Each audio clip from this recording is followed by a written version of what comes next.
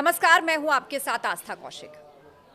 क्या एक वीडियो में छिपा है राहुल गांधी के धक्का देने का पूरा सच? क्या इस वीडियो से पता चल जाएगा कि हकीकत क्या है? अगर वो वीडियो मिल गया जिसमें राहुल गांधी पर बीजेपी के आदिवासी सांसद प्रताप सारंगी को धक्का देते दिखाई दिए तो क्या होगा? क्या राहुल पर कानूनी कार्रवाई होगी? संसद में इस पूरे मामले का एक वीडियो सामने आया है जिसमें बीजेपी सांसद प्रताप सारंगी संसद में घायल बैठे हैं और इसी बीच राहुल गांधी उनके पास जाते हैं और पूछते हैं क्या हुआ। और बीजेपी के सांसद कहते हैं कि आपने एक बूढ़े को धक्का दे दिया, ये गुंडागर्दी है। इस पर राहुल कहते हैं मैंने धक्का नहीं दिया। अब सवाल यह है कि अगर राहुल ने धक्का नहीं दिया था तो वो सारंगी के पास मिलने क्यों गए? और फिर जब उन पर धक्के के आरोप लगे तो राहुल बिना जवाब दिए वहां से क्यों चले गए? बीजेपी कह रही है कि अगर राहुल का वीडियो मिल गया तो राहुल गांधी के खिलाफ एफआईआर की जाएगी। वहीं कांग्रेस ने भी बीजेपी सांसदों पर धक्का मुक्की के आरोप लगाए हैं। बीजेपी के 2 सांसद अस्पताल में एडमिट हैं और पूरी बीजेपी राहुल गांधी पर हमलावर है। ऐसे में अब सबकी नजरें टिकी हैं उस वीडियो पर जो अगर सामने आ गया तो राहुल गांधी की मुश्किलें बढ़ जाएंगी। क्या राहुल, क्या शर्म नहीं आती है? क्या शर्म नहीं आती है? गुंडागर्दी करते हो, बूढ़े को गिरा दिया जाता है। इतना कौन सा गुंडागर्दी करते हो? क्या राहुल, क्या शर्म नहीं आती है? क्या शर्म नहीं आती है? गुंडागर्दी करते हो, बूढ़े को गिरा दिया जाता है। इतना कौन सा गुंडागर्दी करते हो? क्या राहुल, क्या शर्म नहीं आती है? क्या शर्म नहीं आती है? गुंडागर्दी करते हो, बूढ़े को गिरा दिया जाता है। इतना कौन सा गुंडागर्दी करते हो? नहीं, देखिए, मैं पता नहीं, आपके शांत हो जाए, आपके कैमरा में होगा। ये पार्लियामेंट की एंट्रेंस है, इसमें मैं अंदर जाने की कोशिश कर रहा था तो बीजेपी के एमपी जो थे वो मुझे ऐसे रोकने की कोशिश कर रहे थे, धकेल रहे थे और मुझे धमका रहे थे, तो वो हुआ है बस।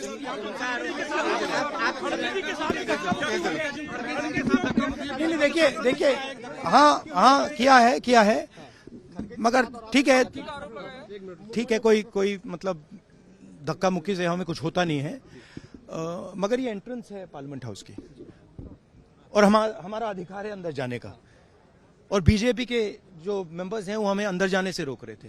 सेंट्रल इशू है जो आप लोग मांग कर रहे हैं अमित शाह के रेजिग्नेशन को लेकर। नहीं, सेंट्रल इशू है कि ये कॉन्स्टिट्यूशन पर आक्रमण कर रहे हैं और जो अंबेडकर जी की मेमोरी है उसका अपमान कर रहे हैं। बीजेपी सर आप लोगों के खिलाफ देखिए, राहुल जी BR अम्बेडकर जी की फोटो लेकर शांतिपूर्वक जय भीम के नारे को बोलते हुए संसद में जा रहे थे। संसद में जाने से किसने रोका? आप देख लीजिए, हम इतने दिनों से प्रोटेस्ट कर रहे हैं, साइड में प्रोटेस्ट कर रहे हैं, जो भी आ रहा है जा रहा है, उसको पूरा रास्ता है। इन्होंने कुछ एकदम शांतिपूर्वक प्रोटेस्ट हुए, कितने दिनों से चल रहे हैं, रोज 10:30 से 11। आज पहली बार इन्होंने प्रोटेस्ट किया, सबको रोक दिया और उसके बाद धक्का मुक्की और ये गुंडागर्दी। और अब सिर्फ अमित शाह जी की खाल बचाने के लिए ये अब इन्होंने साजिश शुरू की है कि भैया ने किसी को धक्का मारा, ये वो। मेरी आंखों के सामने आप सब ने देखा होगा, खड़गे जी को धक्का मार के जमीन पे गिराया, उसके बाद एक CPM के MP को धक्का मारा, उनके ऊपर गिरे, खड़गे जी के ऊपर। मैंने सोचा टांग टूट गई होगी, कुछ हुआ होगा, क्योंकि उनके चेहरे से दिख रहा था कि उनको चोट लगी। फिर हमने कहीं से कुर्सी ढूंढ के हम लाए उनके लिए। अब आप खुद ही देख रहे हैं, यहाँ पे रोज खड़े हैं, हम रोज प्रदर्शन कर रहे हैं 10:30 से 11, आज तक कुछ नहीं हुआ है। ये सब साजिश है। इनसे हमने पूछा, ये जो हमें रोक रहे थे, हिम्मत है तुम्हारे में, अगर अंबेडकर जी को चाहते हो जय भीम बोलो। जय भीम का नारा क्यों नहीं निकल सकता इनके मुंह से? नारा क्यों नहीं? कौन सा पैसेज? आपने खुद देखा, हमारे सामने सारे खड़े थे और हमने कुछ कहा भी नहीं। हम सिर्फ अपना नारा लगाते रहे, सिर्फ अपने संविधान के लिए लड़ते रहे।